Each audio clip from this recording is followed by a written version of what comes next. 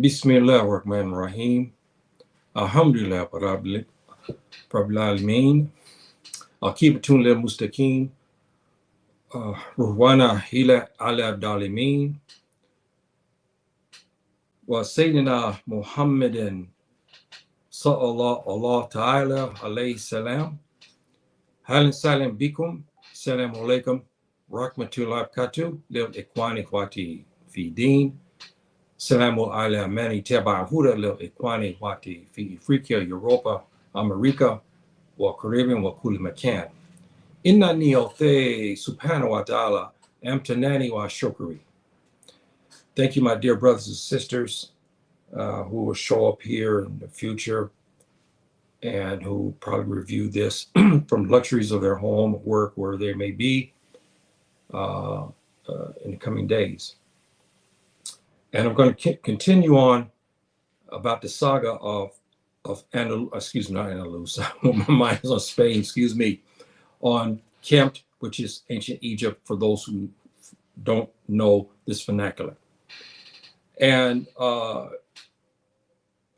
going to get to the end part, which is the Exodus, but not at this time, because in order for me to get you caught up to speed, there's events that transpire that we have to talk about first before we get into the Exodus, because we have to understand the King's List, which we call the Oti in the Akan language, that was written at the probably, I'm not sure, but I'll get into that at another segment, but probably in the Middle Kingdom, but I'm not sure, and I know you don't understand what Middle Kingdom.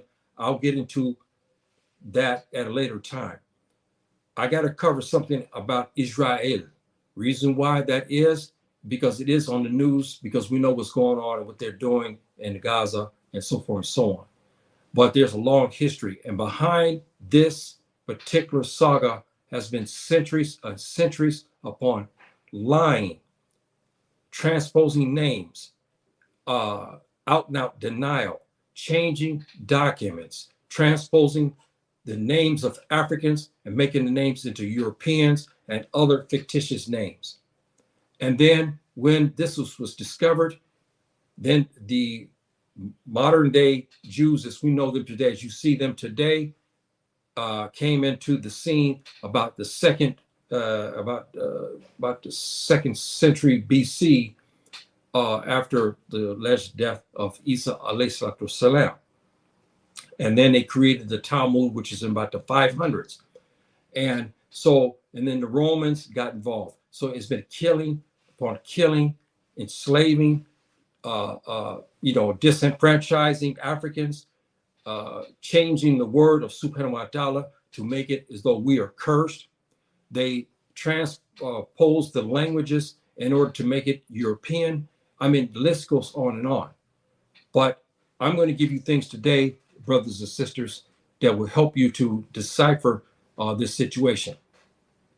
And because the Israel, as you know it today, was created by the Africans. The Africans created it. There was no such thing at this time of a powerful, legendary Tubab nation or so forth and so on. At this time, they were in Europe, yes, but they were not. They were mainly there. They were not in a position to do many things until later. But we have to talk about, which I covered about 2 weeks ago, a little bit about how the Africans became Jews and Hebrews. So I'm going to get into this part now to give you this backdrop and to help you understand. And again, brothers and sisters, the key to understanding anything on Africa is ethnics and linguistics. Bottom line, when the enemies of the black man begin to take away the history from us, one thing they cannot take away is the linguistics. And if you begin to understand the African dialects, I'm not trying to say that you have to memorize and you have to memorize every African dialect. No, but the dialects are run by groups, and you start to understand the groups and how they operate. That gets you over the hump every time, because what kills the Europeans, what kills the racist Arabs, historians, the black Tubab historians who back their play is linguistics. As we talk about, which I'll again show you again today, how we got to this point and how Israel became what it did. Those who follow the Bible, you may Genesis, okay, now Genesis 34, I think it is, talking about Jacob, which we know in Arabic is Yaqub, and in Akan language we know him as Yakobo, and Akan language, and so forth. But what is interesting, I have been laying out, and I never got any response from anybody to do any research. And I was hoping my brother Marcus, but you know, he's on vacation and whatnot like this with his family. And for someone to get a hold of me and see if they found in their research, because I've been waiting for weeks to see if people would come up, who were the original Africans, okay? Who were the original Black Africans who started it all in Kent? I've been waiting. I had the answer, but I want to see if any of us, you know, would dig this up, because the best research done by yourself is the best learning tool. And with that said, the second thing I want to cover is I've been battling for days now. I've had the enemies of us, of the Black man, who are here on this continent. We know them under many of the languages of the Fotofola, the Mandinka, Mende, as Tuba, meaning white men. Okay, white people, not derogatory. That's them. They're Europeans, white Europeans. We know them as Tuba. Yes, there are other derogatory names, which I told you about weeks back, but we know them as that. But what they're doing in this situation here is because they have access, because of their agencies, they're going into my computer, taking out my documents, then transposing this just like what they have done for centuries here in Kemp. They get my documents, transposing my documents and my notes, what I write, and then they put their name to it, and then they come in chat and start to discuss. I threw out many because I knew when I asked them questions, so where'd you get this from? They start, you know, giving fictitious scholars and so forth, which I know is a lie. But each time I go into something, I know where the documents came from. They came from me. So we know this enemy have done this for thousands of years, brothers and sisters. And so why should we think they're going to stop? They've been at this business to disenfranchise us, take our history away for thousands of years. So why are they going to stop now? They cannot, because they are on the brink of being thrown out, because they know now that the writing is on the wall. So they're going to be more vicious and more cruel and more evil, and they're going to be getting more things from Shaitan, from the devil, in order for them to stay in the power. So with that said, we get started here. Now, brothers and sisters, here we look at this. I know some of this may be not quite understanding to a lot of people. You see at the top, Afrim. Then you see Afrim. You heard it there because we had people in my generation and the generation before me, my dad and mother's generation, we have people with the name Afrim. We had these names before, believe it or not. And then we had, Israel and then Israel. This is the transformation. So you say, well, who are these people up here at the top? Now, Afrim people is almost another name with which we know as Africans. But it's a multitude of Africans, not one. There's a multitude of Africans and whatnot. And we know that the Afrim people left Egypt after they have migrated. Now, who you talking about? Those who follow me know I'm now talking about Egypt. We know that the West Africans, we know, are the ancient Egyptians. We know that the West Africans got their start as most all human beings, but we were the first created in the Rift Valley. The multitudes begin to go up into Egypt into spurts, and each develop their cultural traits and whatnot. We had the Akan people, we had the Hausa people, we had the later stages, the Fulani came in, we had the Ewe people who always been there for a long period of time, and the Mende, Mendinka, the Bamum. All of these African ethnic groups got its place in ancient Egypt before they began to migrate down to the central and south central Africa, all the way to West Africa.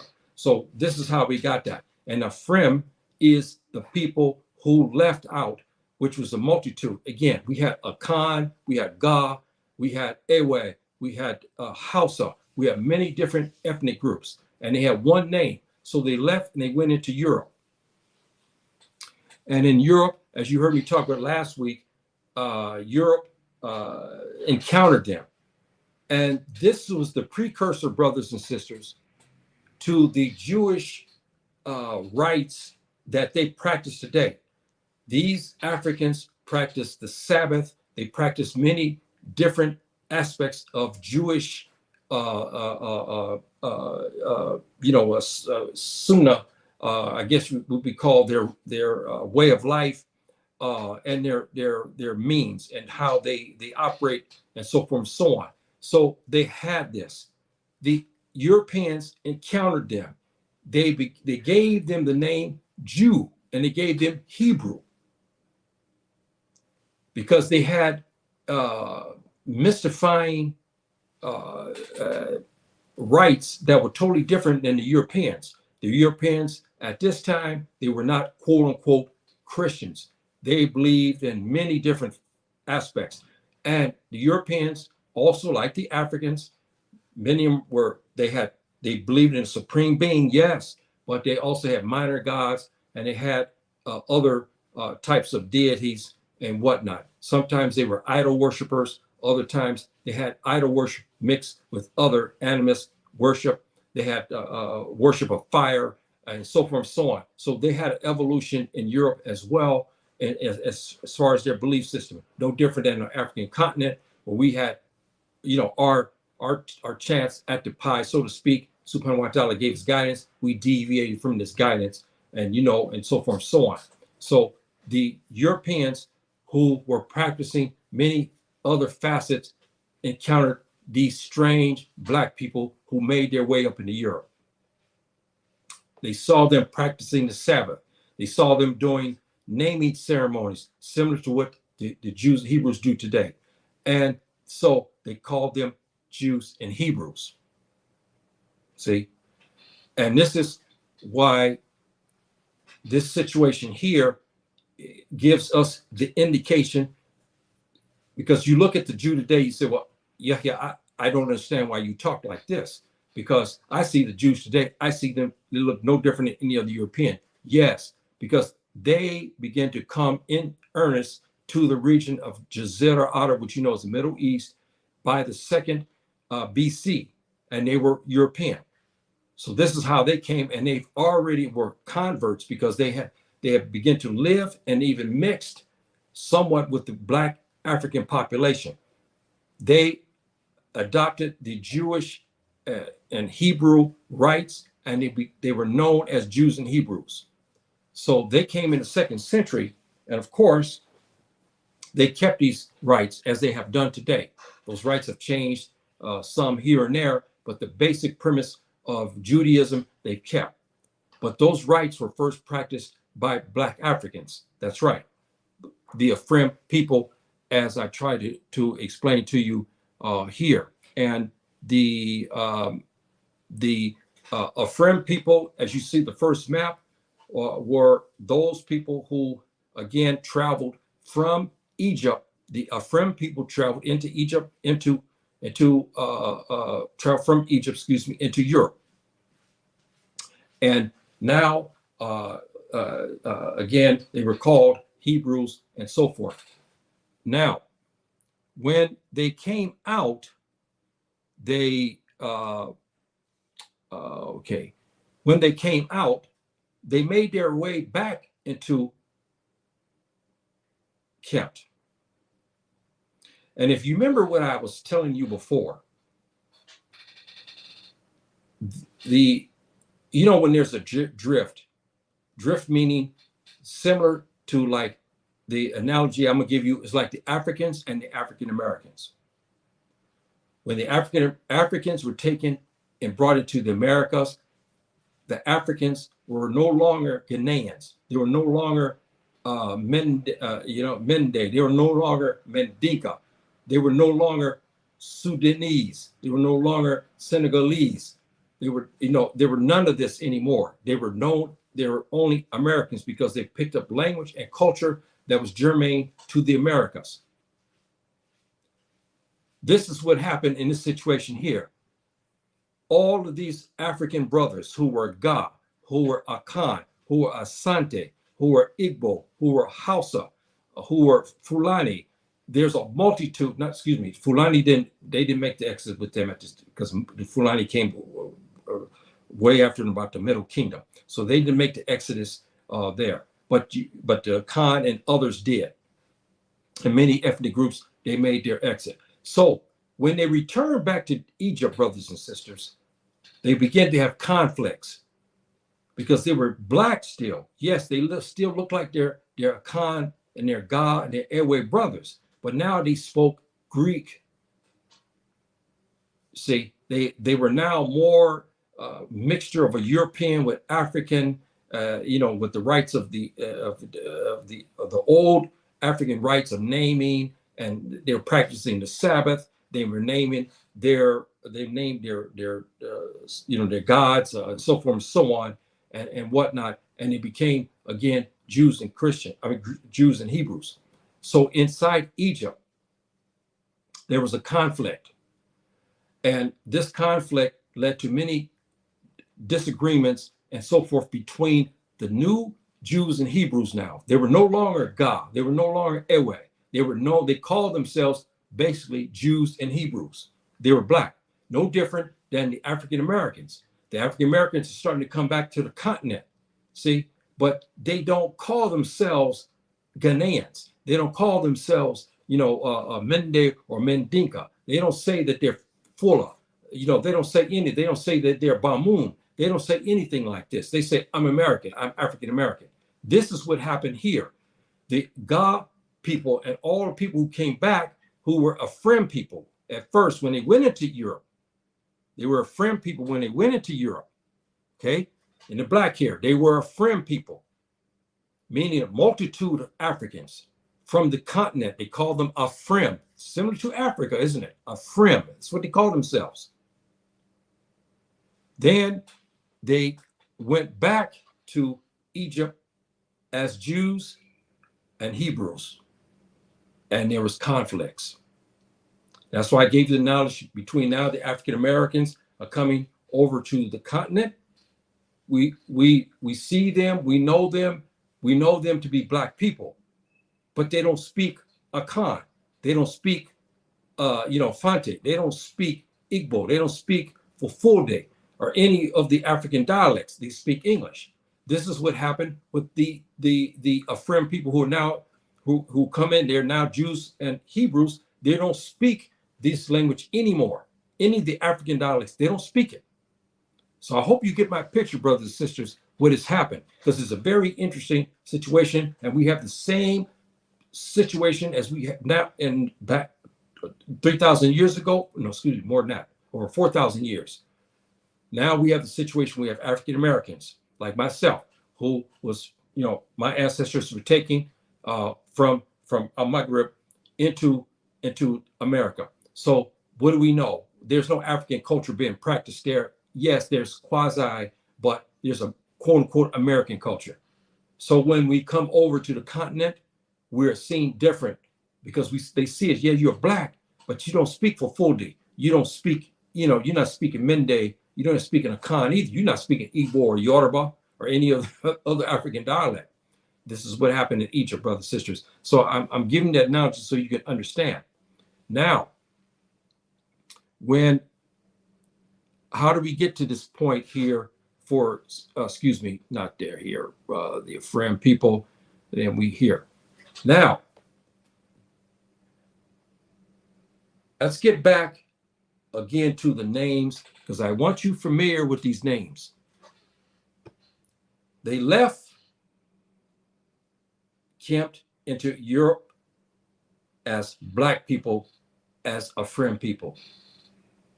They came back to Kemet as Jews and Hebrews. When the Exodus came about,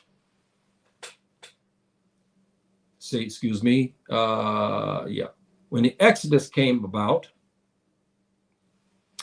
they now left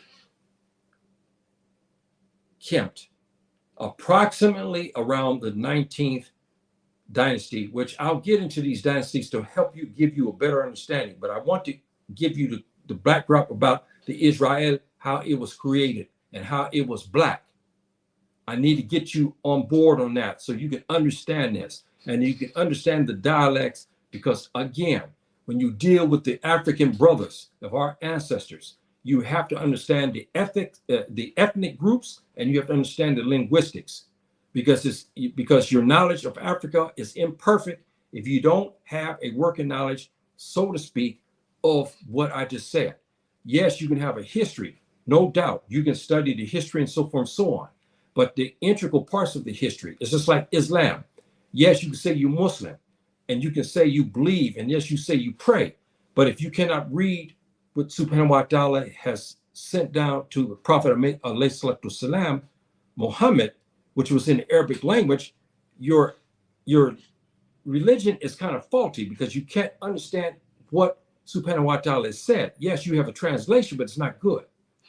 See, so in order for us to have that understanding, as you heard me say, the linguistics, brothers and sisters, is a major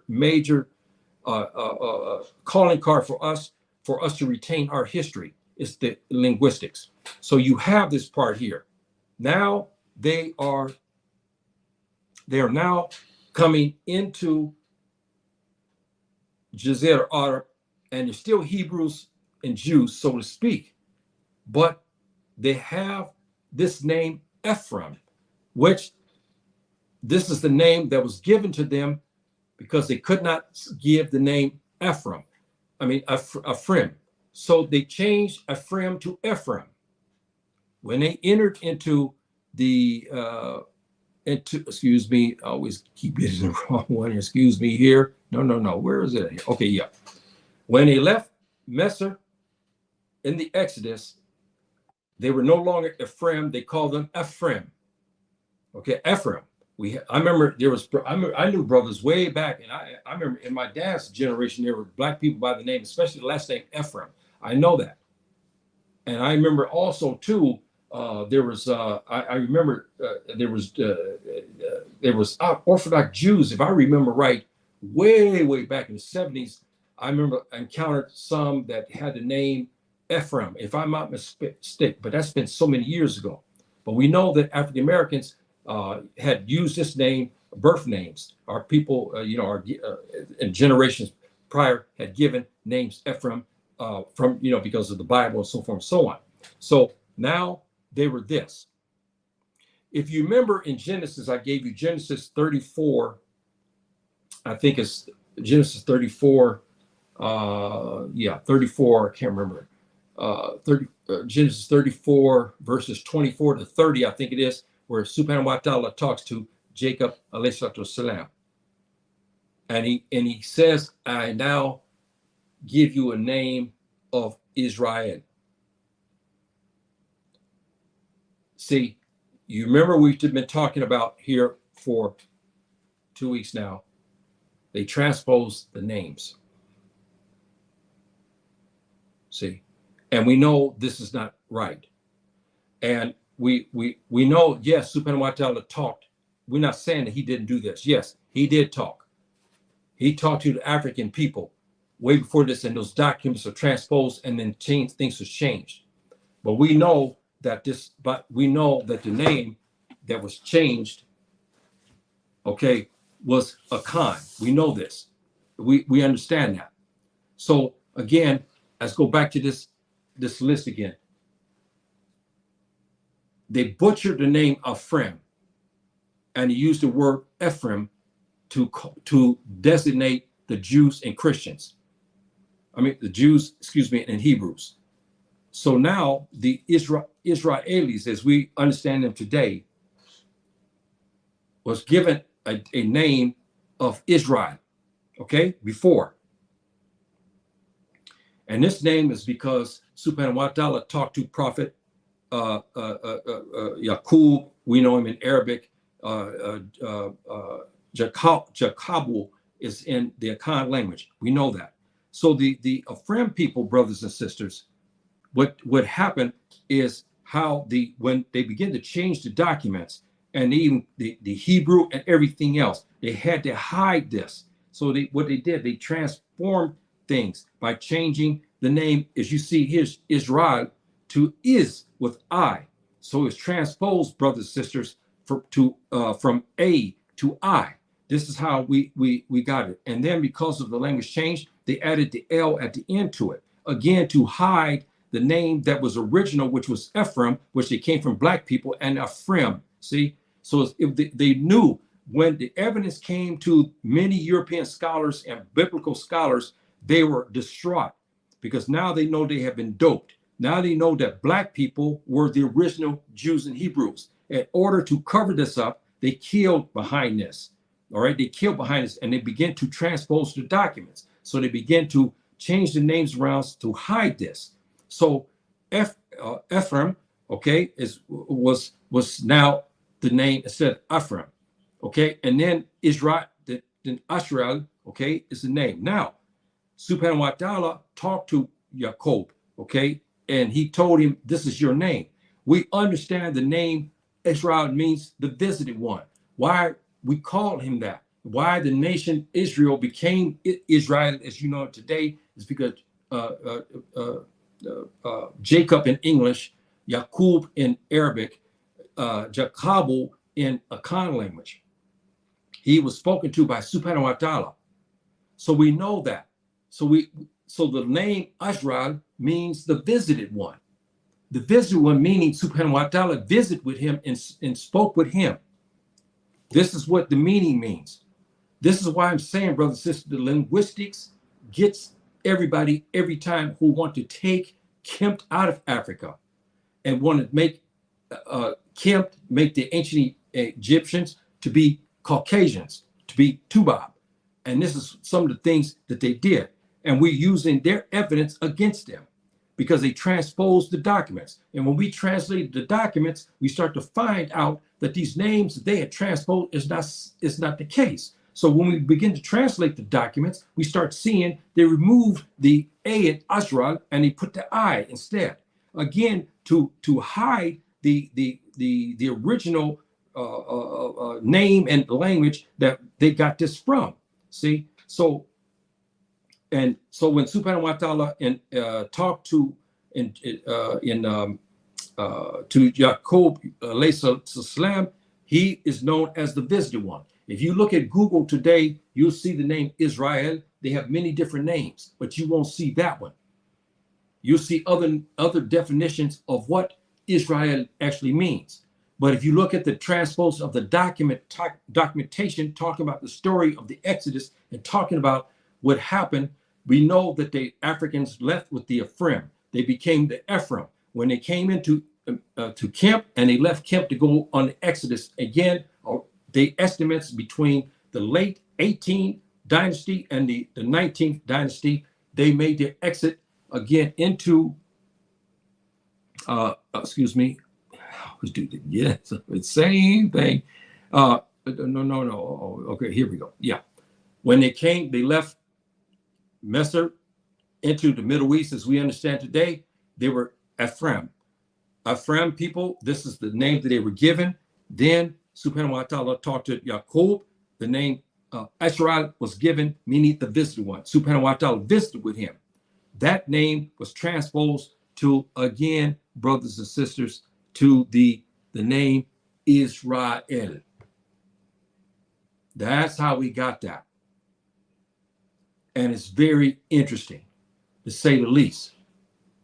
See, so those who are confused or go back over this again, and so I gave you that little diagram to show you the transformation of what happened, how Israel became that, and where the original names of Israel became, how they became Israel. It started off with the Afrim, and then it became the Ephraim, and then it became the Ashral, okay, meaning the visited one. And then when the caper was, so to speak, they found that they were doped. They had to do something to change it to hide the African ancestry. So they transposed Ashral, okay, again, Ashral to Israel by adding the I and putting an E on it. This is what happens. And we know Subhanahu wa ta'ala talked to Prophet Yaqub or Jacobo and talked to him. So we know we call him the visited one,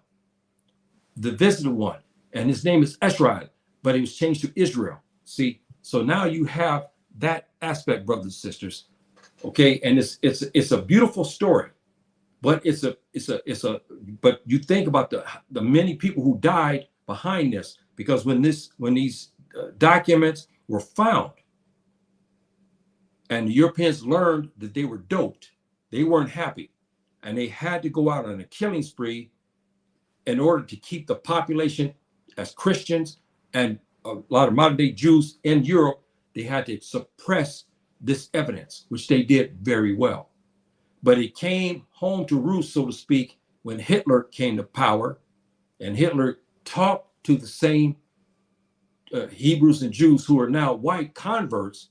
He told them, so look, we know your history and we know your ancestry. We know where you got your religion from. You go back to Africa. And as you heard my story, there's a movie. I can't think, this movie was about almost 20 years ago, I think now.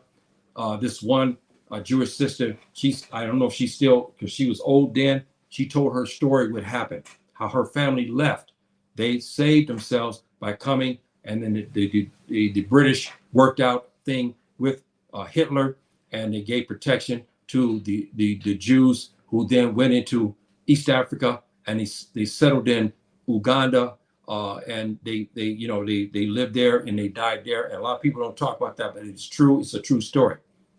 So I gave you that part of it and whatnot. And I'm going to go back into this this again. We look at this. Okay, that's with the Afrim map. This is the Israel map here, where it shows them going from Egypt into Jazira Arab. Now we're going to get into something, brothers and sisters, the linguistics, because one guy went around, many of you might have saw, he put a comment in the comments days back.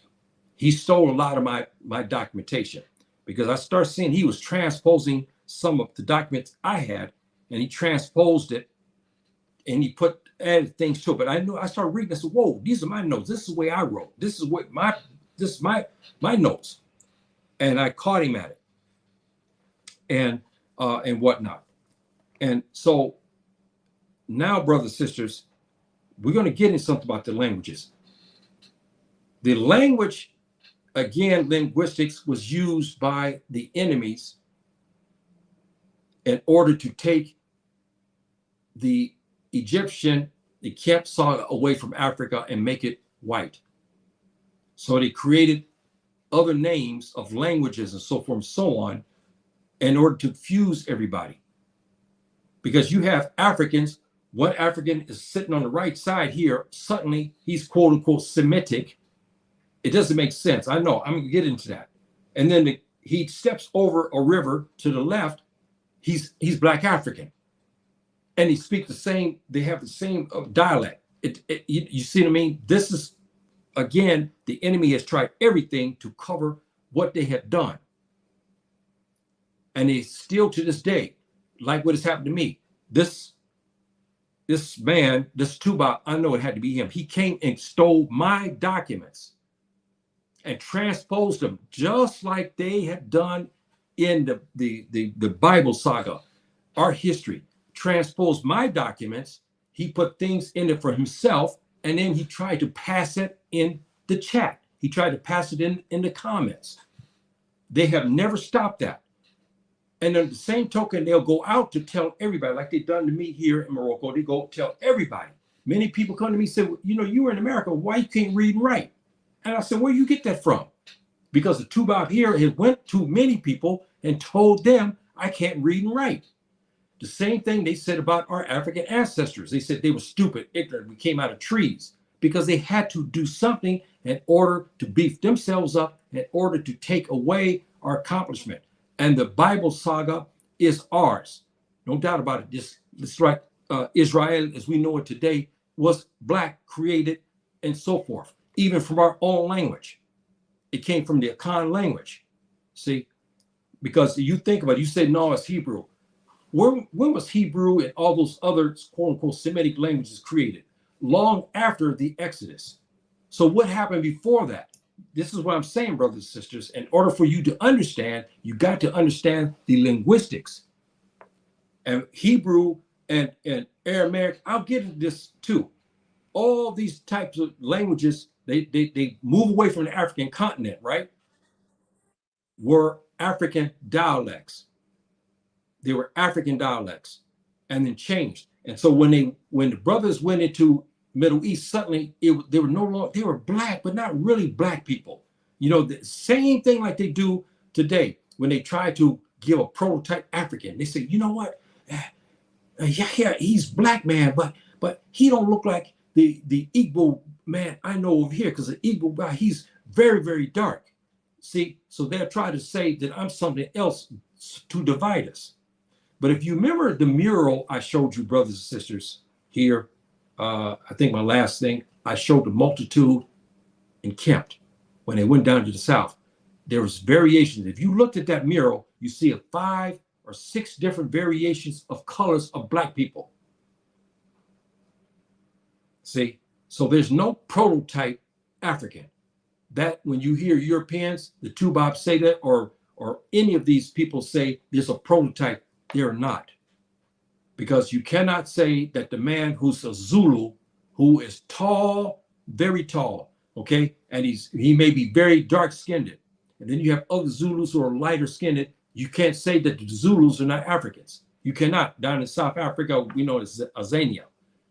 You cannot say that. And the Nuba people, we understand today, the blues and green blacks, are they Africans?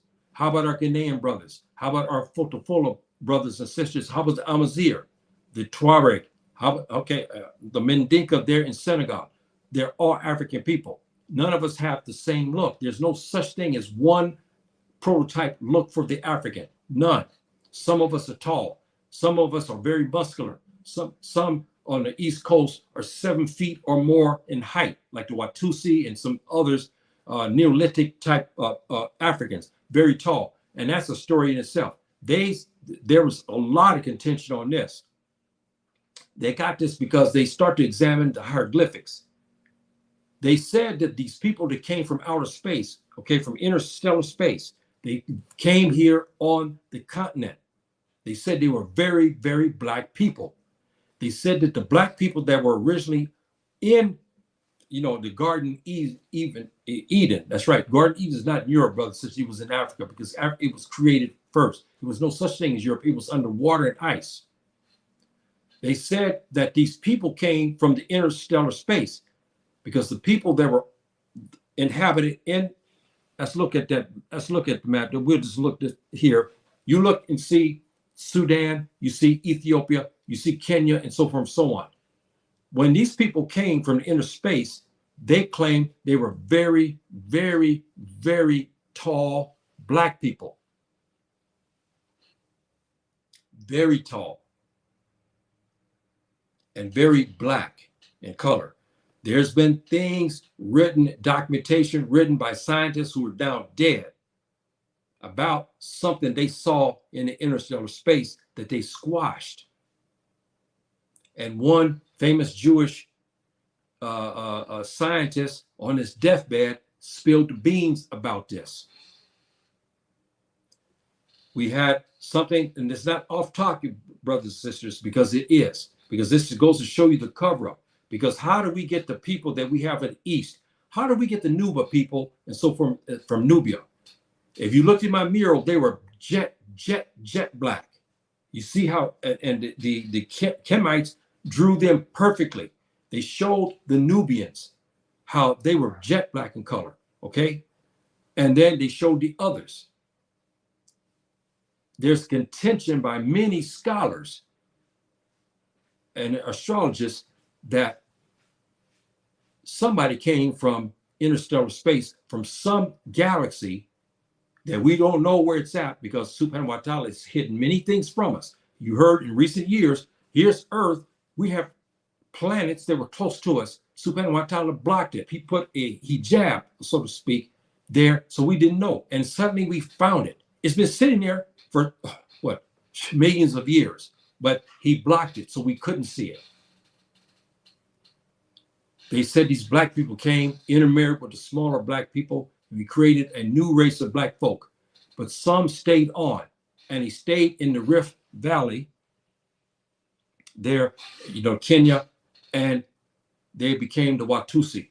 They became there's the Watusi, then there's, I'm trying to remember all these brothers that are 7 feet, some are almost nearly 8 feet tall.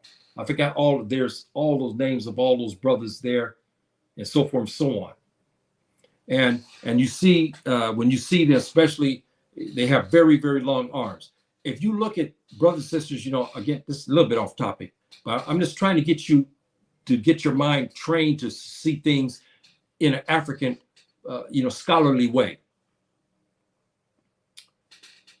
Look at many of the basketball players in the United States. And one, KD, they know him as KD. Look at him. He's 7 feet tall, but look at his hands and arms. Have you ever seen still photos of Michael Jordan and others like this? You look at that and then you measure that up on the hieroglyphics that the ancient Kemites drew these people. They said these black people that came from outer space. They have the same physicality about them. Long, long arms, and their body types. When I saw KD, in basketball, I saw very long arms, very tall, very, very long arms. I saw this one transposed picture of Michael Jordan. It showed him in a steel. It looked like those hieroglyphics we saw in Kemp that they drew of these black people that came from outer space. Very tall, long, long arms. Some food for thought, brothers and sisters. You do your research. You go on YouTube and look at some of these still photos, black and white photos. They catch them in action and they freeze it. Look at them. Look at their bodies, especially KD, who's playing for the Suns now. Look at it. Very long arms. And then find the hieroglyphics where they show when the Kemites showed these people come out of space. Look at them. You see them, real long arms, black, tall, very, very, very interesting, brothers and sisters. Now we get back on topic here. Now, we had the Exodus, and I'm going to get fully into the Exodus, but I'm going to cover some linguistics for us real fast.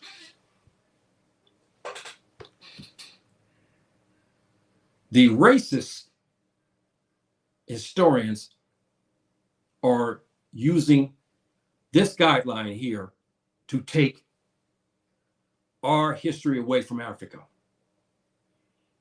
And you see Ge'ez, you see Aramaic, you see Amharic, Hebrew, Arabic. And you ask the question, the old language like Aramaic, they disappeared. They didn't disappear, brother and sister, because the Aramaic was transposed. Aramaic was transposed from Amharic, which is spoken in Habasha today. Habasha is actually Aramaic. But again, to take it out from the African continent, they changed it to Aramaic. And when many of the scholars, Jewish scholars and other scholars, so where's the Aramaic? Where's all the documents in Aramaic? They can't find it. But then when they go to Habasha, they look at this and they say, well, here's the Aramaic here. They find out it's not Aramaic. It's Amharic. Again, brothers and sisters, the deception that was used to take away our accomplishments and our history from Kempt and even the languages. See, and then after the Afrim people who came, the Afrim people became the Ashraf people, then they became Israel. They developed a language they called Hebrew. And that languages. Hebrew is a combination of many African dialects. We have the European and we have the Jewish. We have all these other scholars who claim that they have the right answer, and they did their own chart as far as linguistics. Here is the Afrikans, our scholars said. If you can see this, brothers and sisters, because they took the written papyrus documents, and this is the true picture of what you talk about Semitic and Hamitic languages. The African linguistic scientists and scholars have linked all of these languages here, okay, to, again, the so-called Semitic and so forth and so on. You see there, you see the Akan language families, because the Akan people were one of the original people. And the Semitic languages are related to Akan. It's true, because they did a lot of transposing of words. Kushite, okay, Chadian, the Berber, excuse that word, we know Amazigh, the Coptic, the Western Atlantic, the Gur, the Khwa, and you see all these languages, all in blank, we have them all in the African dialects. So this, and the Semitic one there falls Arabic, Hebrew, all these, quote unquote, Aramaic. When you ask the Christians, okay, you say that Isa alayhi salatu wasalam, Jesus spoke Aramaic, but where's the documents in Aramaic? We have none. They have falsified documents and put Aramaic, but it's wrong because they carbon dated these documents. They found that they were fraud. So the scientists, since they stole the Aramaic and the Amharic, and they changed it to Aramaic, see, so that way to hide it and take it out from Africa. And then now when they went back, because the Ethiopians were some of the fundamental Christians, no doubt about that. They have documents. When they begin to find documents there in Amharic and in Ge'ez. Ge'ez is the old original original language spoken in that region. It was turned over and began to be Amharic. Amharic was then changed by the racist historians. Again, let's look at the languages again.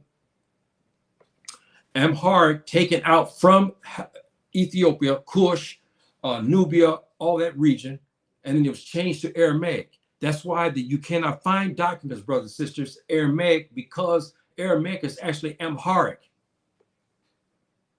And so when we say, okay, Jesus, he spoke this, and many prophets spoke this language of Aramaic, but you never can find the documents. So you say, where are the documents at? Oh, they were lost. That's not true, because Aramaic was a transposed name for Amharic, which is in Ethiopia today. And then modern scientists, when they got caught at it, they began to lump. They said, okay, we admit that the Semitic languages were actually in Egypt and so forth and so on. And then they lumped Ge'ez and so forth. But our African linguistic scientists, our experts, began to analyze languages and found, again, that the languages that they claim, the racist historians claim, is not right. Because the Akan people were inhabiting in the second wave of Kemt. And I've asked that question again about who was the original people. I want to answer that today, but I've been waiting for somebody to give me an answer to that. Let's see who we got here. We got some people here.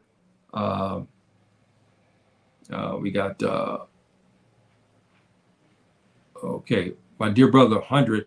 Hey, I'm a Muslim, and also I'm an elder, and I said in the chat there, when you come to enter the chat, it's disrespectful not to greet the people in it, and you give your greetings, because that's African custom, that's Islamic custom, and so forth and so on. So please give hi or salam or something, my dear brother.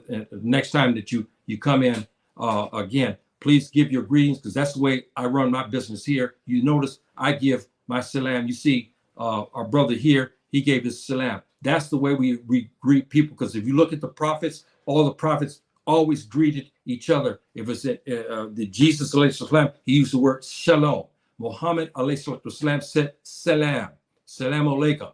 Okay, see, so this is what we have to do. Okay, now he asked a question, Amharic question. Amharic is in Ethiopia.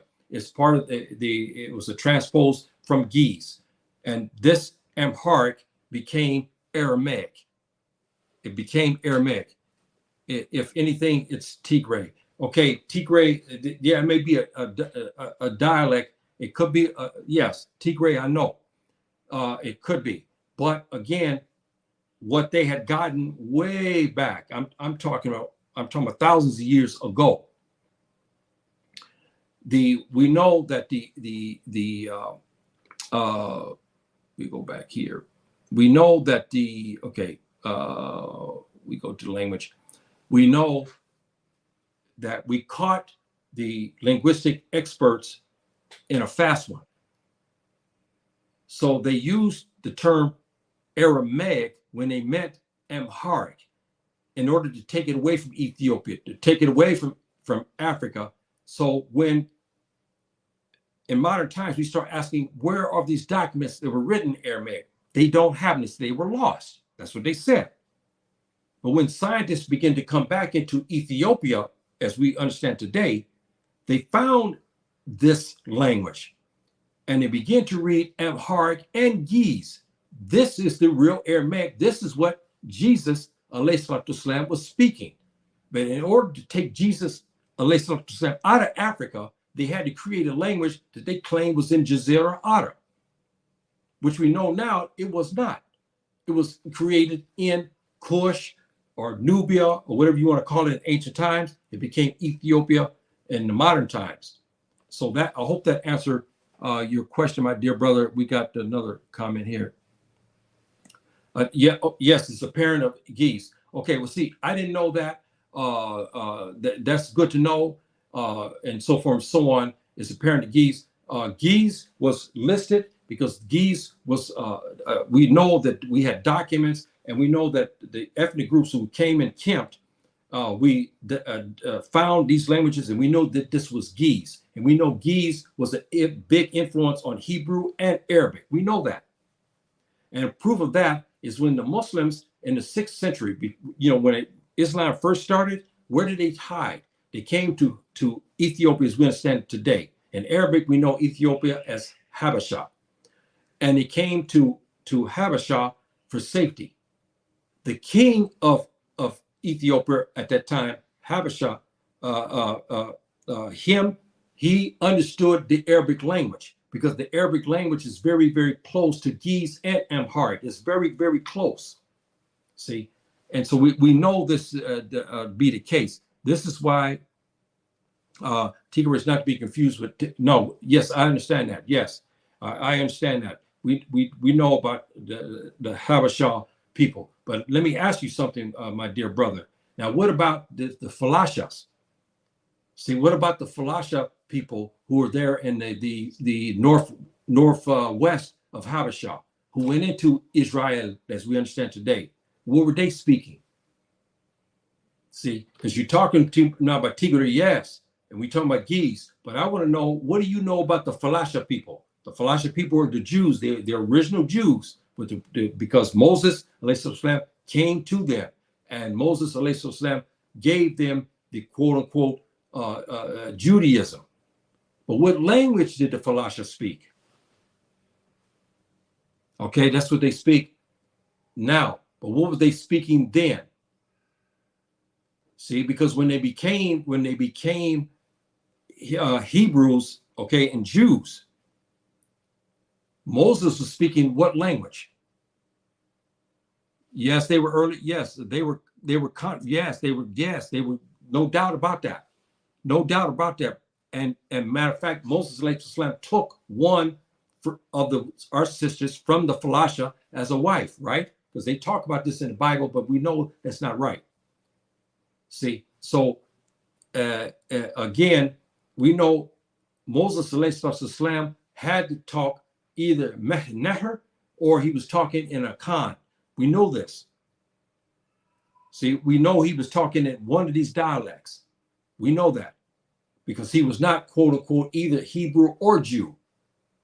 But when he encountered the Falasha people, they began to adopt, from what I understand, this language. And this is why we have this dilemma about the languages, brother and sisters, and so forth. But I gave you the proof, and it's, again, it may be mundane to a lot of people, because a lot of people, they're fixed upon what they want to believe. They're fixed upon saying, well, you know what, I'm Christian, yes, I'm Hebrew, I'm this and that, and I don't care what you say, I'm going to follow this.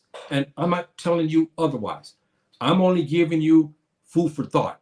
I'm giving you to tell you that the religion that you're practicing is an African one. It's not the ones that you see today. We have Black Africans screaming, hollering, crying, falling out over what's happened in Gaza. And they said we're backing the Jews there in Israel.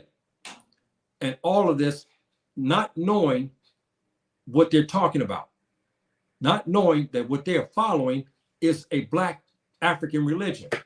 They don't understand that. And many don't even care. They found, why? Because slavery, they handed this Eurocentric Judaism, Eurocentric Christianity to the Black people, and they ran with it, and they still fight for it, and they still scream about it, and they take it, and they take it blindly. Now, when you bring evidence to tell them that their Black brothers were the authors of Israel, they were the real Israelis, they don't want to hear that, because they're only convinced, if they don't see the white face there, they say, no, it's wrong. And I'm not going to try to correct them. I got brothers and sisters I grew up with back in the States, and, they don't fight me for my religion. I don't fight them for what they believe. I give evidence, and it's up to them. And many of them will not change. You tell them, look, I got the evidence here. They were speaking the Akan language. They were speaking the God language. They spoke Hausa. They were using Igbo. They were also Mende, Bamoon people, and so forth. They don't want to hear that. They don't want to hear that. They want only to see white faces. As long as they see white faces in pictures showing them to be the quote unquote apostles and so forth, that's what they want to believe. If you tell them about this stuff about the Akan and all that, they don't want to hear that. They said, no, because of the brainwashing of slavery. Okay, it's Black African. Yes, it is Black African. We know this. The Falasha speak here. You said this, yes, and they were converts, early converts. Yes, they were early converts and so forth. So that is a very interesting part.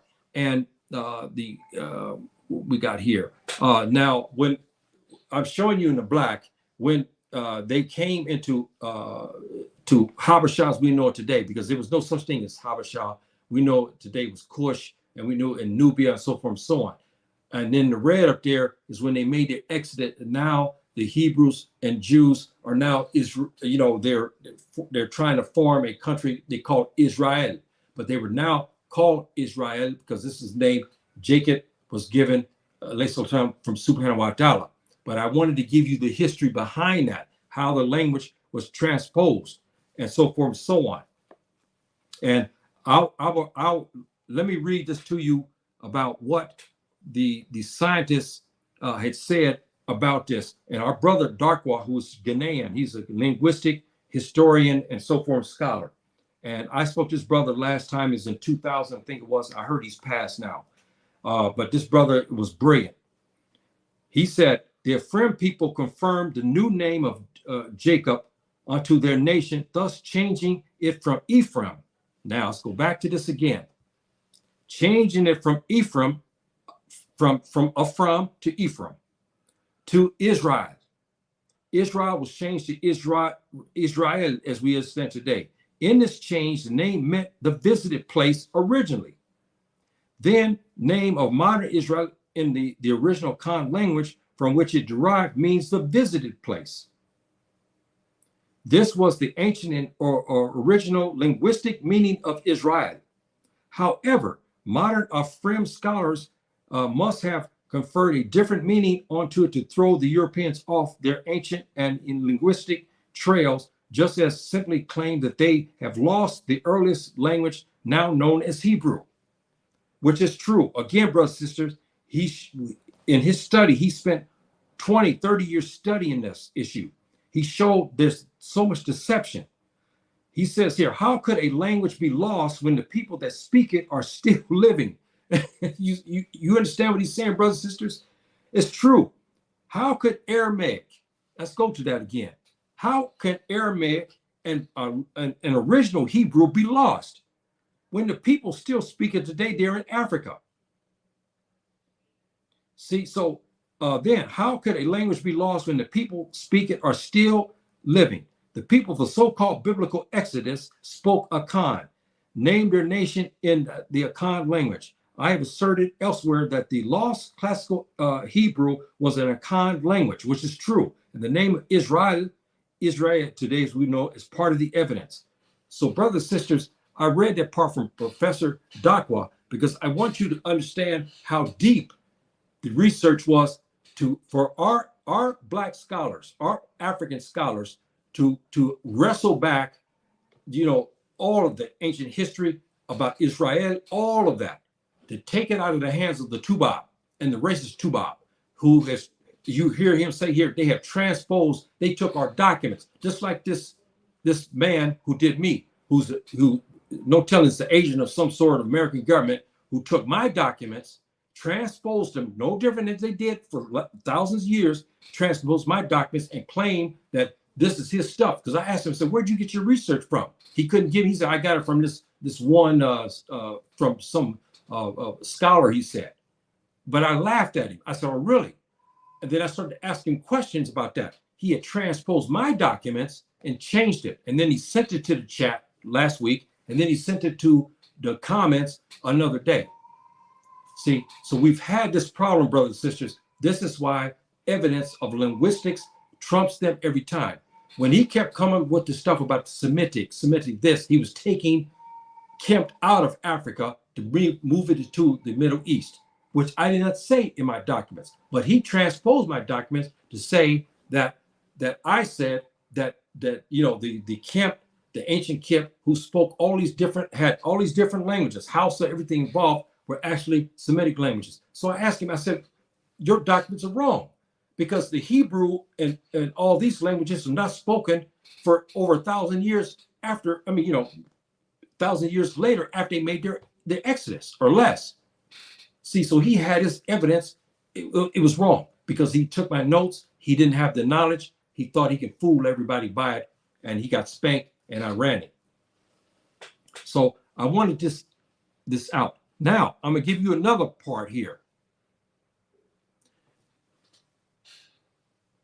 Our professor went on more to talk about to dispose the wickedness of many racist scholars. But brothers and sisters, we should never lose thought that we had Tubab historians like Diodorus and the most famous Herodias. They were white and they told the truth. So not all of the Tubab historians were wrong. We know that to be the case. So we have to make sure we understand that here. Because I've been talking about Herodias and so forth and so on. These same scientists who want to take everything away from us, they would never quote Herodias. Because why? They tried to denounce him. And I always say to them, the man came in around between the 4th and the 5th dynasty of Kempt. And he was there. When he saw the people firsthand, he drew pictures of them and he described them. So how could he saw the ancient Egyptians. You didn't see the ancient Egyptians, but you say that he's wrong. You see? So this is some of the things, brothers and sisters, why we have problems. Professor Darkwood went even further talking about the Aramaic because he wanted to expose it to show the Aramaic is actually Amharic. You see, it says the translate to Amharic is also lost. If Jewish people have lost these and they did not have any idea where their languages are, it's true. You ask them, where are all these languages at? Where are the original documents? They can't find them. I would like to reveal that the classical Hebrew was an Akan language of ancient Egypt. It's true. Aramaic was the Ethiopian language, Amharic. According to this history, the original documents and original language that would provide ultimate proof and disproof that the Jewish people created the documents of the Bible are lost. Why? Yes, because the Jewish people, again, because they cannot come up with the documents, they cannot come up with their history, so they want to create a smoke screen.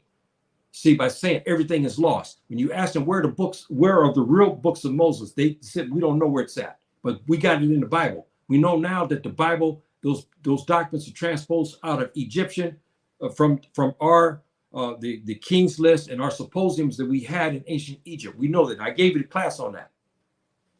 So again, according to this history, the original documents and original language that proved the ultimate proof, disproof that the Jewish people created the documents of the Bible are lost.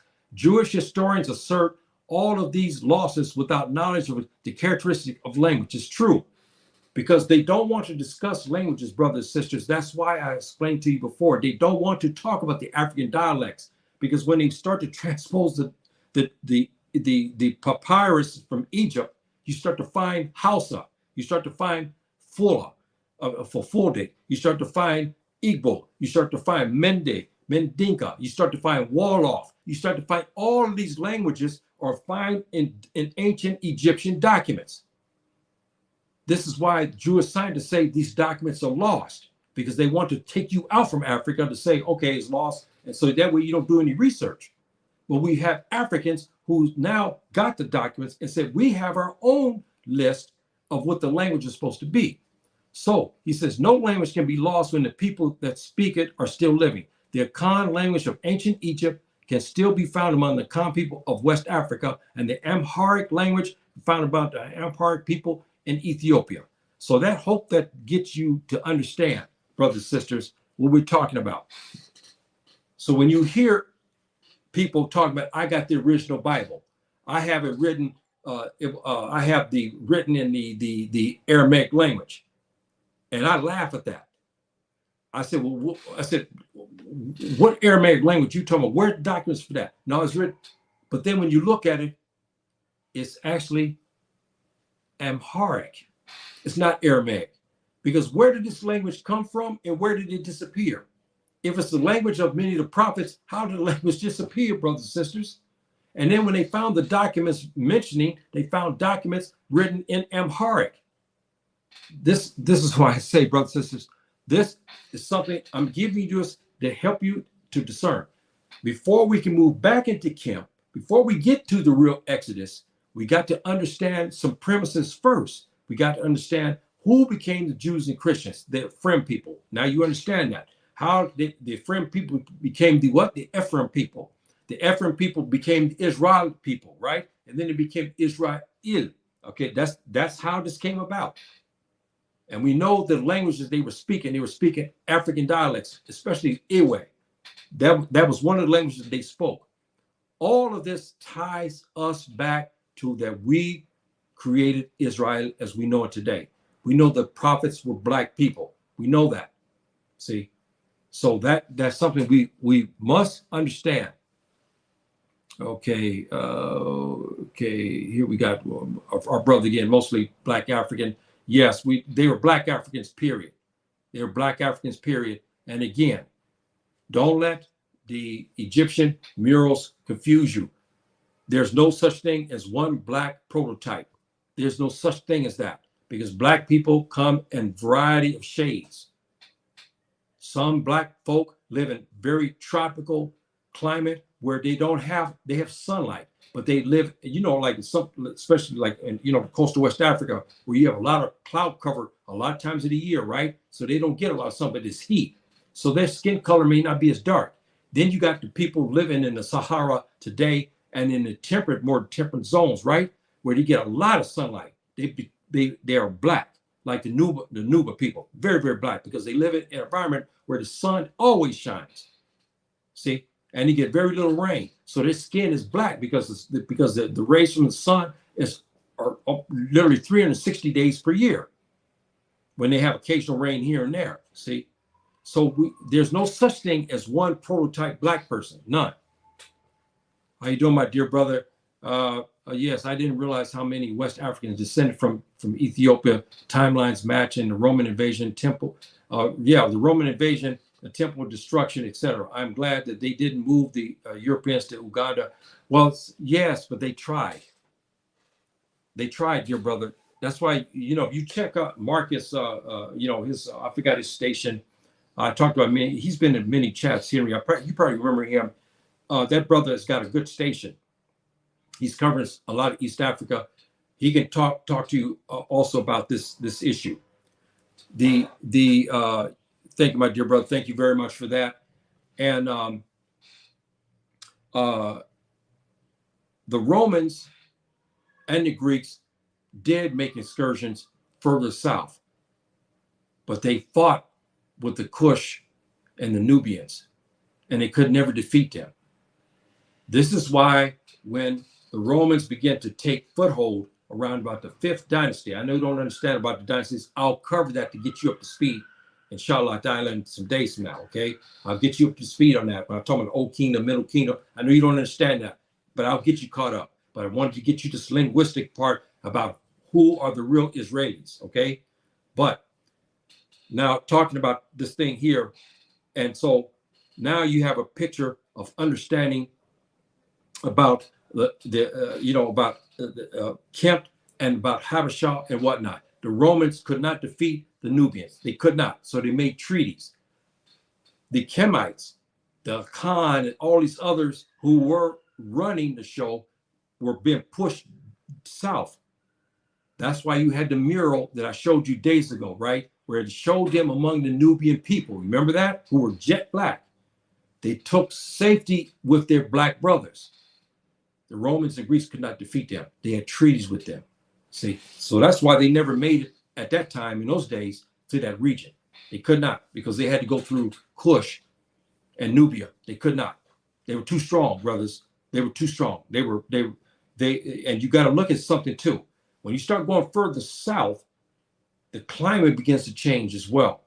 Now you have some different, geography and so forth and so on. Now you have a lot of woodlands. You have a lot of grasslands. The brothers knew their homeland. They can hide. They can ambush people very well. And the flow of the river goes to the north. So you trying to go south is very difficult. You cannot. Very difficult to take a canoe or a boat and try to fight the current. Yes, you can with modern boats today because of the motor and so forth and so on. But in those days, they did not have that. See, so they could not defeat them. That's why they didn't make it. So, this, again, brothers and sisters, is something. Henry's got something else here. True, the Romans couldn't, surpass the cataracts. So yes, they could not. It was just too difficult. They could not. And then if they did, they're going to encounter all of these, the Nubians. And the Nubians, they played no games. They were ruthless, and they were famed warriors. See? And so you think about this. When you start to go further south, now you start to enter going close to the tropics. Now you start to see Greenland. You start to see green grasslands. You start to see forests. You start to see all kind of high shrubbery around the Nile River, right? The brothers hid there. So that's why they had ambushes. They could ambush. When the Romans came before, they got their butts, they got legions wiped out. Part of it because of the heat, part of it because of flies and other insects they weren't used to. And when they came down this part, that the further part down, they had to deal with food issues. See? And then they had to deal with robust black folk who were hiding behind bushes, trees, and shrubbery. And they ambushed the bastards. Okay, bottom line. And they drove them out. So that's why they made treaty with them. That's the bottom line. See, that's the bottom line. And it's proven. They did not conquer them. They didn't conquer them. So, brothers and sisters, now you got the picture of Israel. For those who just showed up now, let me give you something here. This is the African version of languages from our scholars of the Asiatic language families and so forth. You see the Semitic there, that's the Hebrew, that's the Amharic, that's the Arabic, and so forth and so on.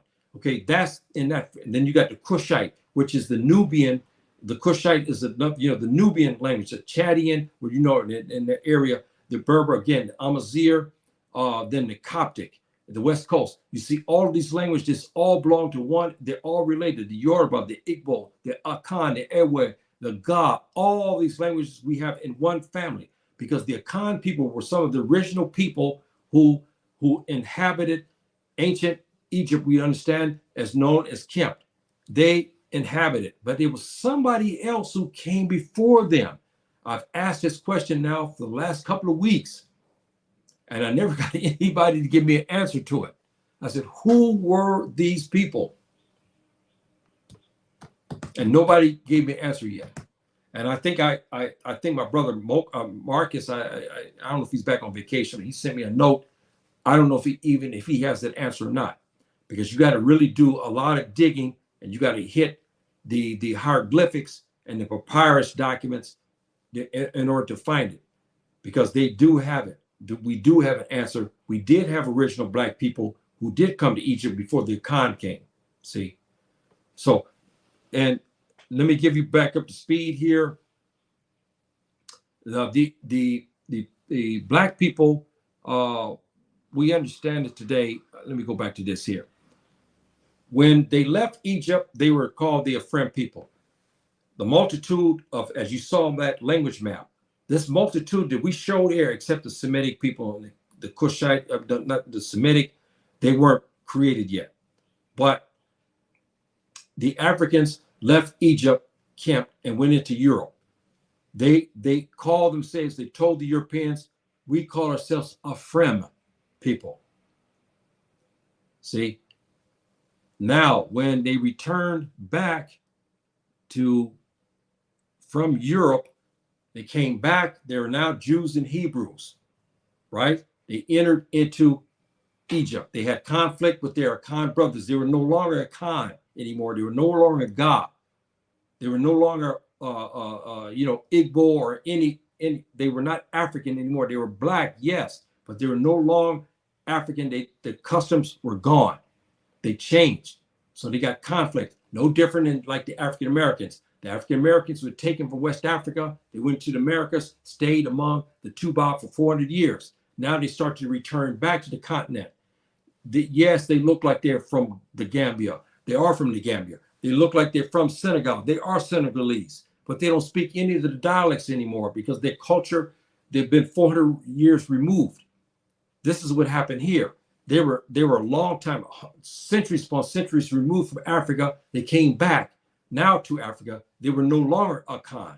They were no longer, Igbo or Yoruba. They were no longer that. So then they became, okay, we go back here. We got to find it here. We got to find it. The Afrim map. Okay, where's the other one? Now that's funny. Where's my map at, brothers and sisters? I had, where is it? The Afrim map? No, where's my other one? Okay, yes, okay, here.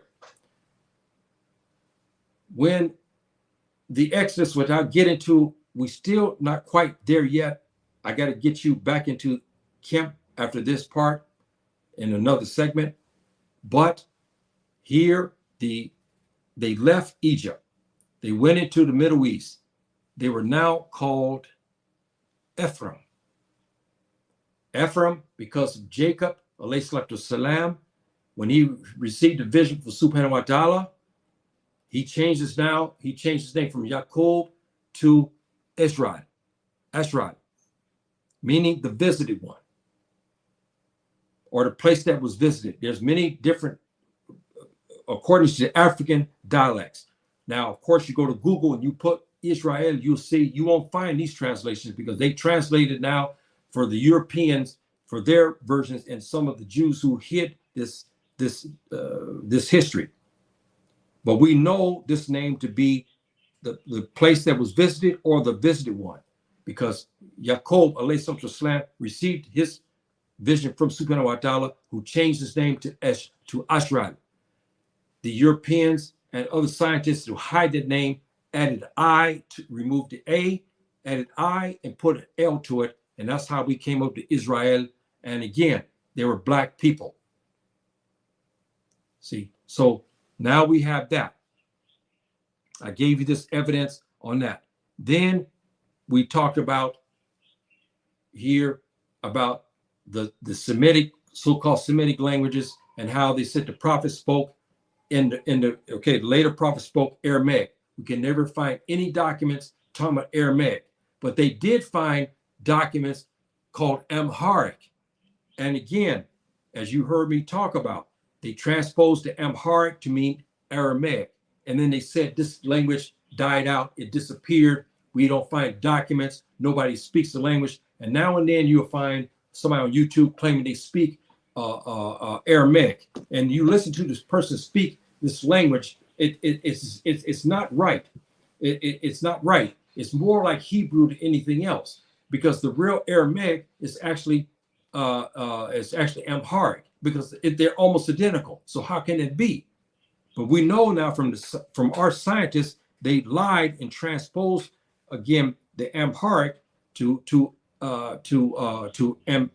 Aramaic.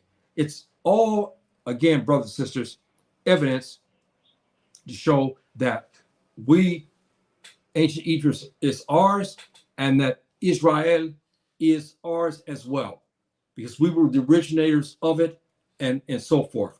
And the Jews that you see today are like our brother said here, 100 is the name he's using here. He said, which is true, they were converts. As the Europeans, again, when they left, this is another case. When the Europeans came, I talked about this last week or so. When the Europeans, now they're Jews, they were white, European converts to Judaism. They came about the second century BC, and they stayed white all that time till we see them today. And this is why the people who claim that they're the chosen ones, they're not. Now you understand why I said that. I gave the proof. And we gave you all of the documentation here. We gave you who they were before that. Before the Europeans actually come to the Middle East, as we understand today, they were, black people were already there. The Jewish tenets that they practice today, Israel today, the European converts adopted those practices. They adopted the Judaism from the black Africans at that time, who were called the Afrim people, but they were then changed to word Jews and Hebrews. When the Europeans began to live among their Afrim brothers, they took the name Jew in Hebrew and they adopted his name. They even took the names of their black African brothers, like Barco. Remember we talked about that, and they added things to it later on. Barco, there's other names that they took from their black Hebrew brothers. By the 2nd century, they migrated as Hebrews. Now they've been for hundreds of years now. They've been Hebrews. They've been Jews and Hebrews. Now they left Europe into the Middle East. That's how we have the conflicts today, as you see in Gaza.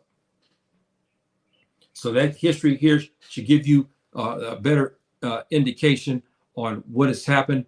And again, linguistics, I showed proof that the African languages is our family and it's our languages, and this is what the languages spoken in ancient time, and so forth and so on.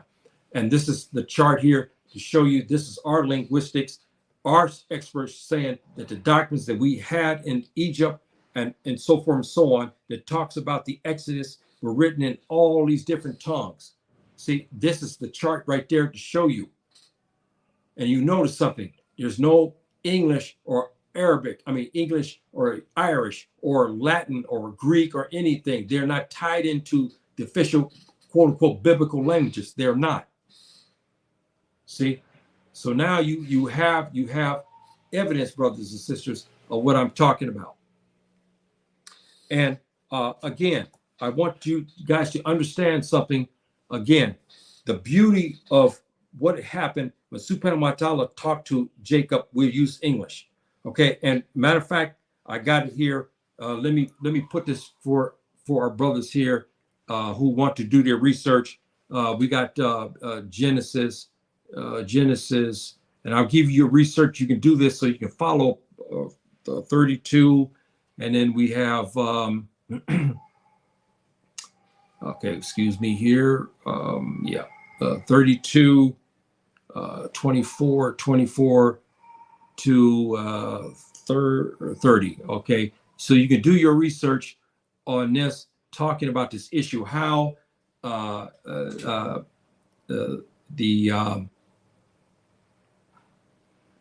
oh, this is okay. There we go. Okay, now so you can get this here, and you can look at the evidence on how Yaqub, we know him in Arabic, and in the Khan language, we know him as Jacobo, excuse me. That's what we know him as. Now you can go in the Bible and you can see this where he was changed to Israel. But we know this not to be the case, brothers and sisters, in the sense that we know that by language, Subhanahu wa ta'ala did talk to him. He gave him this information, but they changed the meaning of the word because they wanted to take it away from the African continent and whatnot. And if you look at the modern definition, is way off that, because they won't give you what I'm giving you here now. And we know this, that the name Azrael, we know it means the visited one or the visited place. Accordingly, we know that. See, so now you have that, and it means the visited one because why? Since Subhanahu wa ta'ala changed his name to Azrael, to right there, he changed to Azrael. It means the visited one because Subhanahu wa ta'ala visited with him and talked to him. See, so this is, and again, they were black because they were speaking in a Khan language. This is why all of this, brothers and sisters, is very interesting. And he goes on here to talk about the tafsir of this verse and everything. He says, God also changed the name of Jacob again to Azrael by saying, the name is Jacob. Thy name shall not be called any more Jacob, but Azrael. Azrael should be thy name. He called his name Azrael. Genesis, again, it'd be 35:10, and that'll be, let me put this here to more evidence. Genesis,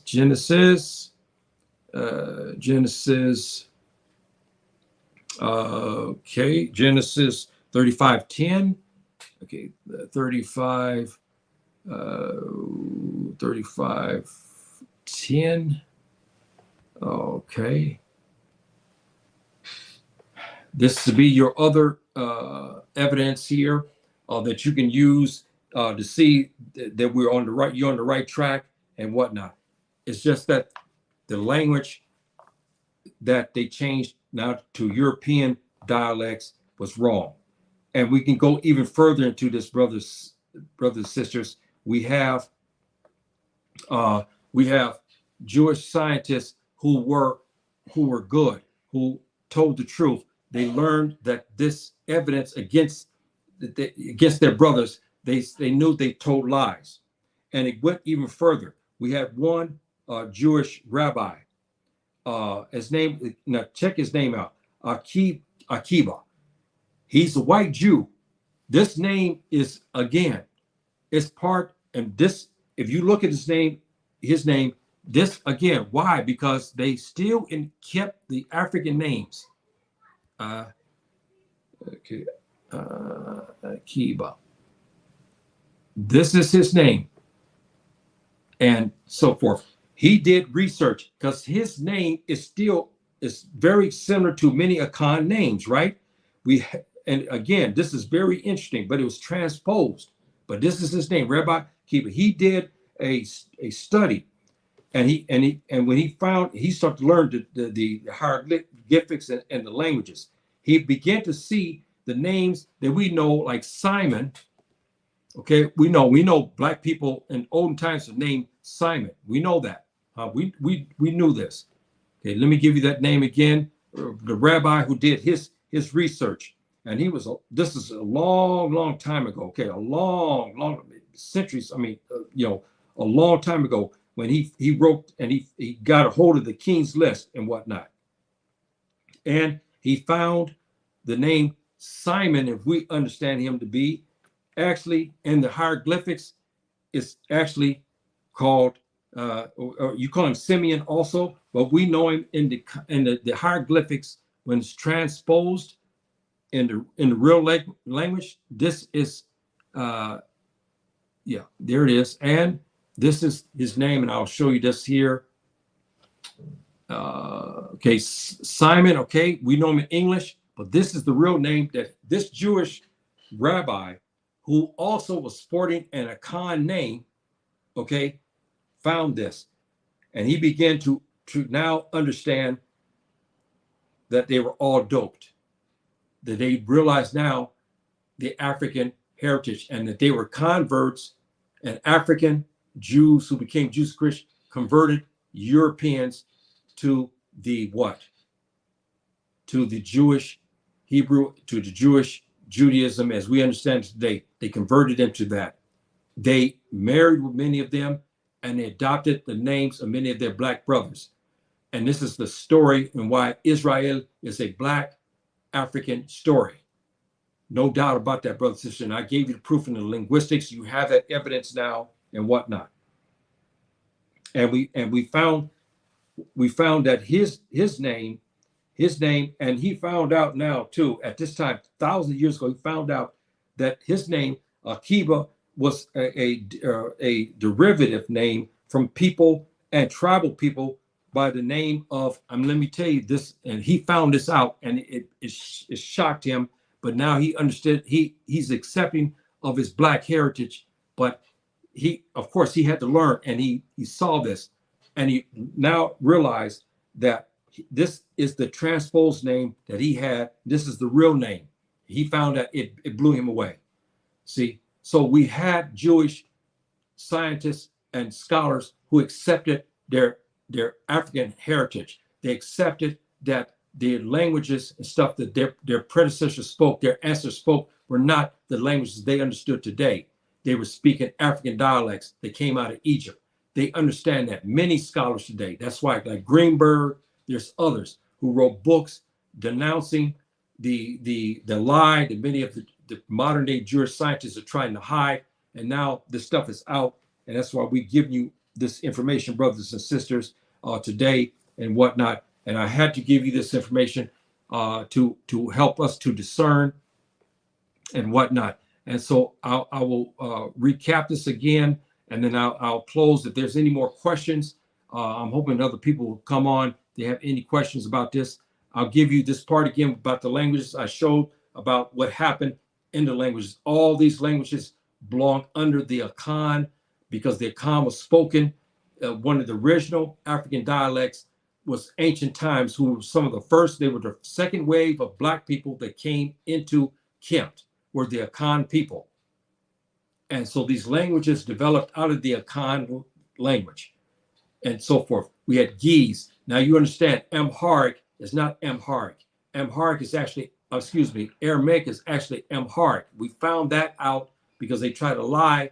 We found out Amharic is actually the language that many of the prophets, like Jesus, he spoke this. So we know this. Then we had Hebrew, and then we had Arabic.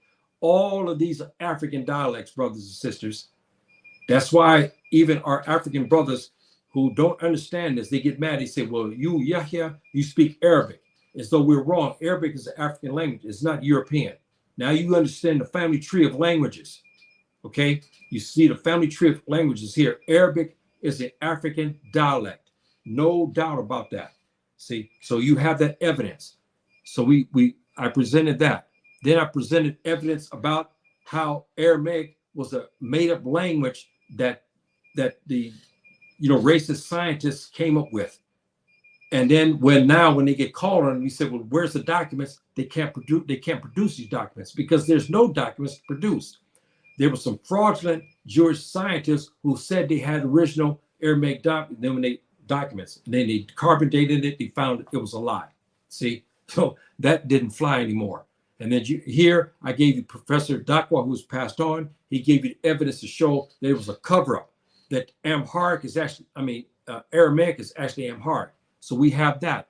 And I gave you that evidence. I showed you what happened. They left from Egypt into as we understand, to the Middle East today, Jazir Arab, and I gave you the chart on how the clans, how they were developed. The clans that left out of Egypt originally was the Afrim, which is very similar to Africa. This is a precursor to Africa, because why? Afrim means a whole community of black people. Ga, Ewe, they were Hausa. You have many different ethnic groups who left to go up into Europe. They call themselves Afrim people.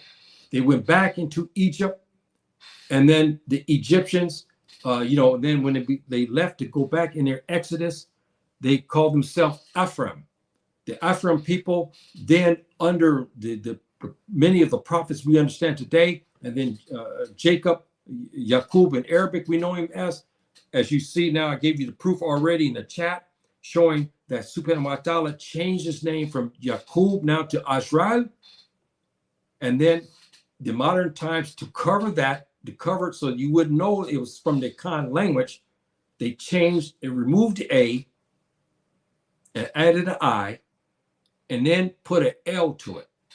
So it became Israel. So that way it would totally wipe out the African Akan languages that it was associated with. So I gave you all of this evidence, brothers and sisters, today. And now we'll be going to another chapter, inshallah, another segment, where now I'll take you back to camp, because now you have the basis on what happened, how Israel became Israel. I gave you the evidence. I gave you the linguistics talking about that. And this is, again, the linguistics show you the families here. It goes again. This is the languages that our African linguistic experts come up with and told, because all of these were the ancient biblical languages that were spoken. This trumps the Europeans, because you have to ask the question, brothers and sisters, as you heard me say, when you look at the New Testament, how did a biblical documents start to sport European names like Englishmen and Irish and Welsh names? They weren't there. So how did these names get transposed into official religious documents? You see, this is what we're talking about. So now I gave you the evidence to show you that it's impossible for names of Peter, Paul, and all these other names that are English. This is a fallacy, because we know now the ancient Egyptians wrote those documents. The Europeans took the documents and called it the New Testament, changed names around, and started putting fictitious authors. These people weren't even around when Jesus, ﷺ, was living.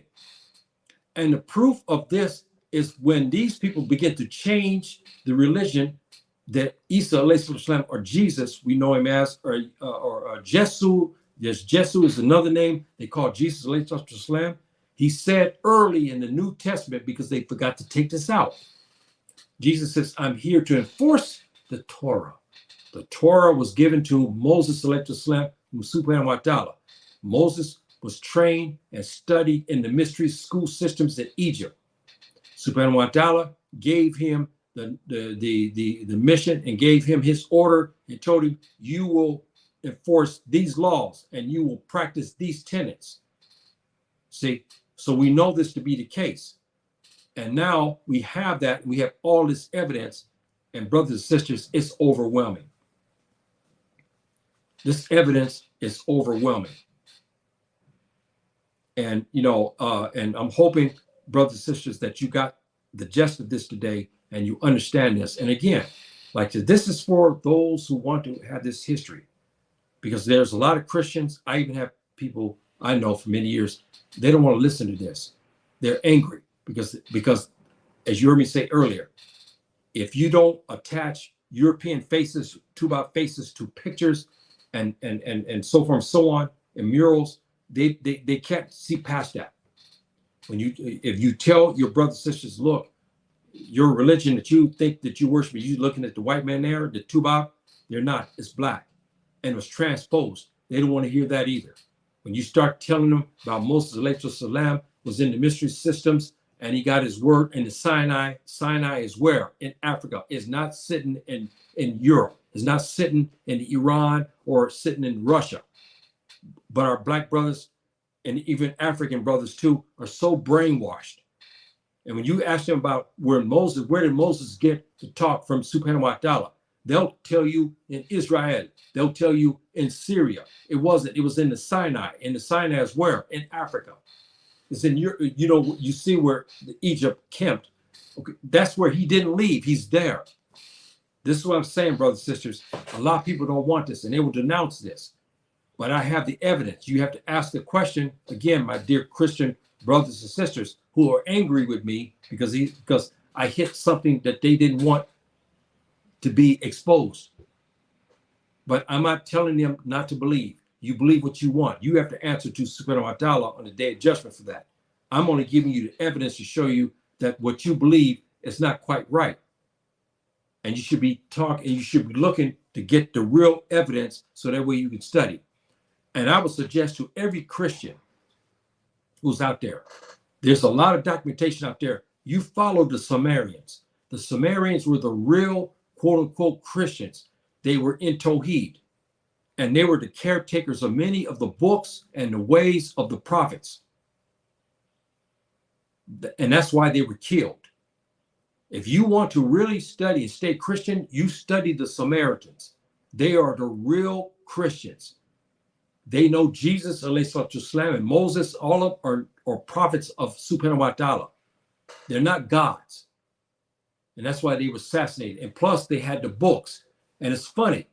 The last of the scribes, even the prophet Muhammad ﷺ, had dealings with the Samaritans. And we've always protected our Samaritan brothers. We consider them to be Muslims in a sense because they believe in Subhanahu wa ta'ala also, but their prophet is Jesus and the prophet is Moses ﷺ. Nothing wrong with that, because if you look what Subhanahu wa ta'ala said in the Quran, he said that those who believe in Abraham and so forth and so on, and the prophets, they're not mushrikeen, they're not disbelievers. Okay, it says that in there. That's right. So, but the Christians, modern Christians today are disbelievers because they're not following the true message that Jesus and Moses ﷺ Jamian together gave. They don't follow that. See, but the Samaritans did.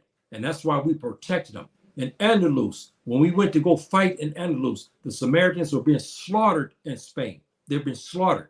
They came to North Africa and many of them converted Islam, and other states, Samaritan, and died. And they sit with our scholars, Islamic scholars. They discussed, they had a brotherhood, they had mutual respect, and they lived under the protection of the Muslim emirate.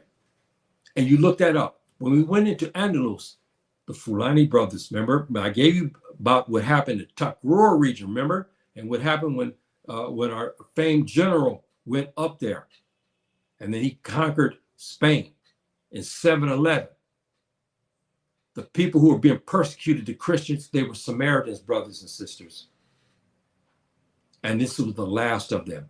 So they took most of them out. There was a few hundred, from my understanding, that escaped, but the rest of the multitude, the Samaritans, we understand, were wiped out. And now we still have some Samaritans, but they're in hiding. And it's still happening, it's still being persecuted today. We consider the Samaritans our brothers because they believe in the prophets the way they're supposed to be worshipped, and so from so on. And our prophet ﷺ all had dealings with them, and we've always protected them. We consider them to be our brothers because we know them to be under Tawheed. See, and they followed the ways of Jesus, and they followed the way of Moses ﷺ. They followed the way of John the Baptist. English, we understand him as Yahya, and in the Quran, in the Arabic language. So we did this, and so I'll give you that lesson so you can understand and discern. If you are a Christian, if you really want to understand the Christian faith, you must study. And there's a lot of documentation out there about the way the Samaritans believe. Some of it is wrong. I found one document today where we have these hard racist Christians who put that the Samaritans were polytheists. They were believing in 100 gods. Don't believe that stuff, brothers and sisters. Our Prophet ﷺ would not give good tidings about them if they were mushrikeen. He didn't. Don't believe that. Don't believe that. If they believed it, then why would they kill them? Because many Christians have belief that there's Jesus and other prophets of God's, right? So, why did they kill them? Because they took Tawheed. And that's why, and they had the original documents. Their documents never found it in the computation of the Bible. See, it's a very, very sad epitaph, brothers and sisters. But this is related in a sense because this is related to all of this. Ancient Kemet is the cradle, no doubt about that. And we had this, and Israel was a child of the Kemet, dynasties, the king's list, the Oti. The Israel is ours, brothers and sisters. So I gave you all this evidence today. You look it over again, you go over this, and those who like this, please spread this, and you give it to your brothers instead of having to subscribe to my station. I'm not asking you for anything, only your subscription, and that you take this information and you take what you like of it and discard the other, and it's no problem. And again, we have the Exodus languages, which I'll get to Exodus. That's going to be quite up in the future here. I got to take you back to Egypt, the next talk, and I will to explain to you about the King's List, because many people asked me before, what is the King's List? I don't understand it. I have to explain that because when I talk about the Exodus, you're going to be scratching your head because you're not going to have the knowledge of the old and the middle kingdoms, which you need to have. So I'll have to give you that in the next segment, brothers and sisters. So I give that. I see no one else is present here. It's still a work day, I know, in the United States. So I'm going to leave you guys with that and whatnot. And I'm hoping, my brothers and sisters, that you got something out this day. Spread this tape out and whatnot and so on. And please, be careful out there, brothers and sisters. And subhanahu wa ta'ala bless you and your families. Be careful out there. Keep your right worshiping system. Worship subhanahu wa ta'ala only. Make what we call dhikr in the Arabic language. Make your dhikr to subhanahu wa ta'ala. Praise him often. The Muslims, keep your 5 daily prayers and your dua and so forth and so on. Keep that up. Keep yourself in wudu and so forth and so on. You Christian brothers and sisters who are trying to find your way, I was in your boat many years ago. I understand where you're coming from now. You're trying to find the right thing. I'm hoping I'm steering you to the right path and whatnot. You Christian brothers and sisters, here no one is spanking you. You believe what you want. But I'm telling you now, if you want to stay Christian, you go and start to study your ancient brothers, the Samaritans. They will bring you to the right path. They will bring you to the right path. Okay, that's my advice to you, my dear Christians. And our Hebrew brothers and sisters, our Black Hebrews who are in the United States and are in West Africa today. Now you understand how Israel became that. It came out of the Khan language. It came out of the languages too. We prove it. We understand how Israel got its name. And I've proven this today and how we got that from Afrim to Ephraim, from Ephraim to Asra to Israel. So now we have that. So I gave you that evidence, brothers and sisters, today. And so I'll leave you with that. And I hope subhanahu wa ta'ala bless you and your families and stay safe out there, brothers, especially out there in the United States and it's in the Sahel region and so forth and so on. Please be careful, brothers and sisters, today. There's a lot of wickedness. Please keep up your worship to subhanahu wa ta'ala so that way he can guide you so he doesn't remove his hand from you. Assalamu alaikum. Rahmatullahi wa barakatuh.